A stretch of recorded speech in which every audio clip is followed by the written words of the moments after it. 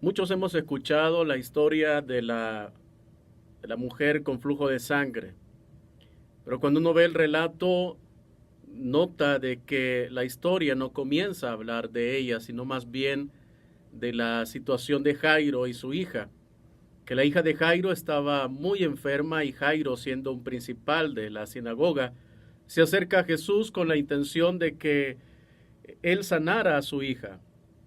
Cuando Jesús le dice, sí, vamos a ir a tu casa, vamos a ir a ver a tu hija, vamos a ir a sanarla.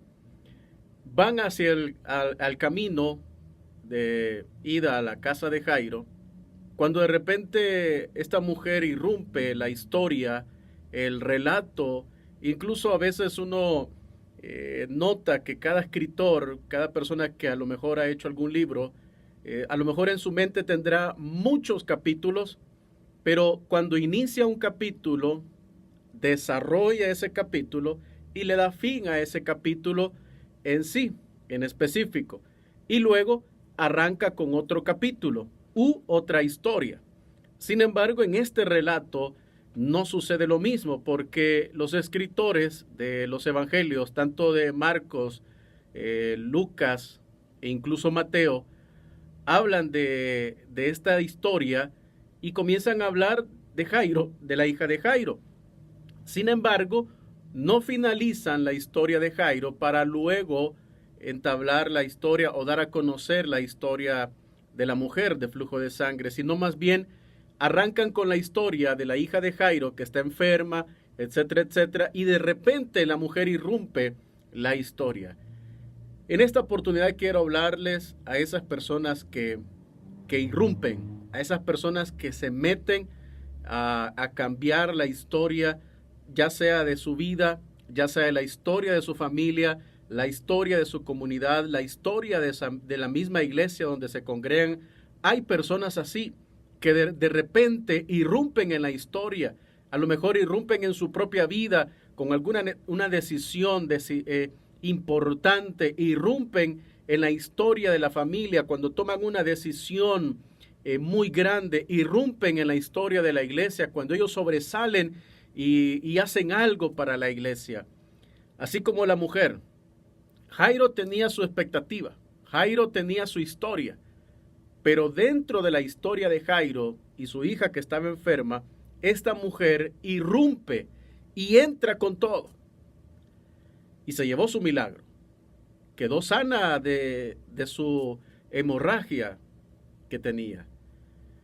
Hay muchas personas así y hay muchas más que no se atreven a irrumpir, que no se atreven por miedo, por temor, que no se atreven por el qué dirán.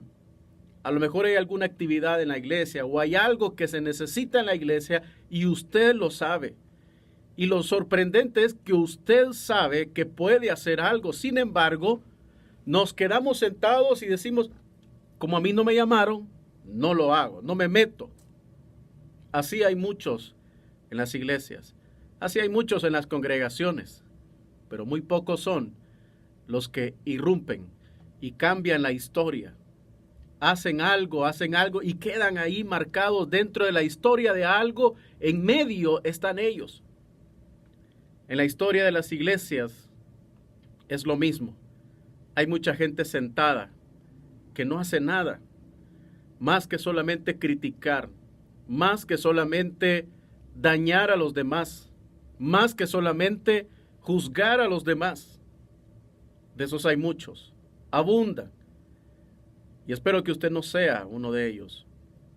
Deseo con todo mi corazón que usted sea diferente, que usted sea de las personas que irrumpen, que de momento está en la historia de la iglesia, pero en un momento dado de esa historia de la iglesia, usted sobresalió con una idea, con algo para hacer, ya sea evangelizar, ya sea en algo para la congregación, ya sea en algo para el templo, estructuralmente, algún beneficio o algo.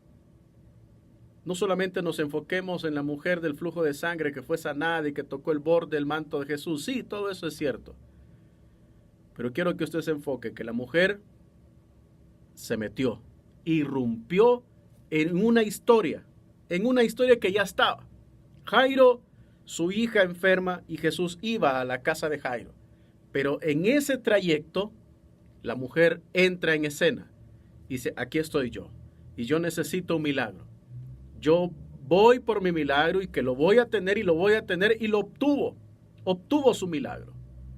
Pero porque fue valiente. Una mujer que estaba exiliada de la ciudad, no podía entrar a la ciudad por su condición de enferma.